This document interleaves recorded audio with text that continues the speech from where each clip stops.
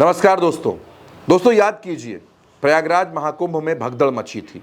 इस भगदड़ में सरकार ने माना कि 30 लोगों की मौत हुई, लेकिन उस वक्त एक संत ऐसे थे जिन्होंने लगातार सरकार को फटकार लगाई और लगातार ये कहा कि आखिर आपने संत समाज को गुमराह क्यों किया। उनका नाम है अविमुक्तेश्वरानंद जी महाराज, शंकराचार्य अविमुक्तेश्वरानंद। इकलौते संत थे जो सरकार की इस अव्यवस्था के खिलाफ खड़े हुए और इसकी वजह से रामभद्राचार्य से लेकर तमाम बाकी संत भी अविमुक्तेश्वरानंद के विरोध में खड़े हो गए। उन्होंने उनको सपाई भी कह दिया, कांग्रेसी भी कह दिया, नकली शंकराचार्य तक कह दिया गया। लेकिन दोस्तों, एक इंटरव्यू में शंकराचार्य ने जो बात कही है वो बेहद चौंकाने वाली है। शंकराचार्य ने कह दिया कि अगर आपको लगता है कि मैं कांग्रेसी हूं तो ठीक है, मुझे कांग्रेसी मान लीजिए आप। क्या कुछ कहा अविमुक्तेश्वरानंद में, मैं आपको अक्षरशः उनका बयान दोस्तों सुनाता हूं। अविमुक्तेश्वरानंद ने कहा कि कांग्रेसी होना पाप है क्या? कांग्रेस की तरफ से बैटिंग करना खराब है, लेकिन बीजेपी की तरफ से बैटिंग करना खराब नहीं है। यही कांग्रेस है जिसकी बड़ी प्रशंसा होती थी। आज़ादी की लड़ाई में भाग लिया, यही कांग्रेस है जो इतने दिनों तक सत्ता में जनता के द्वारा भेजी जाती थी।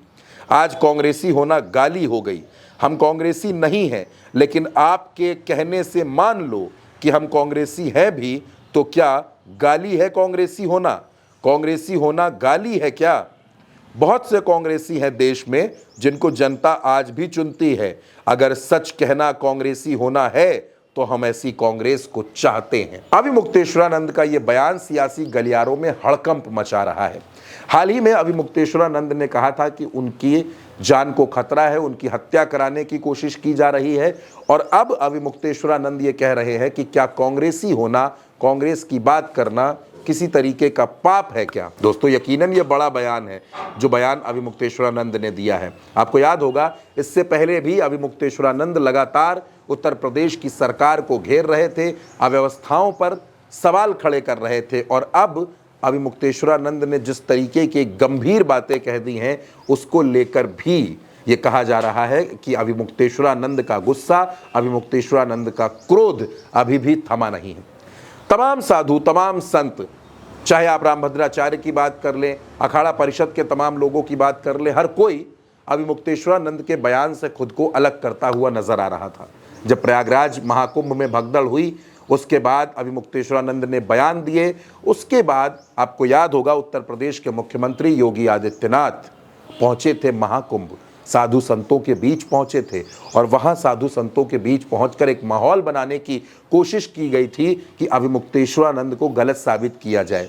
अविमुक्तेश्वरानंद के खिलाफ साधु संत एक सुर में खड़े हो गए थे, लेकिन शंकराचार्य अविमुक्तेश्वरानंद अपनी बात पर अड़े रहे। उन्होंने ये कहा कि सरकार ने गुमराह करने की कोशिश की, और इतना ही नहीं दोस्तों, शंकराचार्य अविमुक्तेश्वरानंद ने उत्तर प्रदेश के मुख्यमंत्री का इस्तीफा तक मांग लिया था। और सिर्फ इस्तीफा नहीं दोस्तों, उन्होंने उत्तर प्रदेश के उप मुख्यमंत्री केशव प्रसाद मौर्य की तारीफ भी कर दी थी। लेकिन अब जो अविमुक्तेश्वरानंद ने कहा है ये बेहद हैरान करने वाला है। जाहिर सी बात है वो बेहद गुस्से में है, क्योंकि जब वो सरकार पर सवाल खड़े कर रहे थे, जब वो सरकार से सवाल पूछ रहे थे, तो उनको संतों की ही वर्ग ने उनको सपाई कह दिया था। पहले वो सपाई कहने पर खूब नाराज हुए, और अब एक धड़ा ऐसा है जो लगातार उनको कांग्रेसी साबित करने की कोशिशों में जुटा हुआ है। और ऐसा करने वालों को अविमुक्तेश्वरानंद ने अपने इस इंटरव्यू से और अपनी इस अहम बात से बेहद करारा जवाब दे दिया है।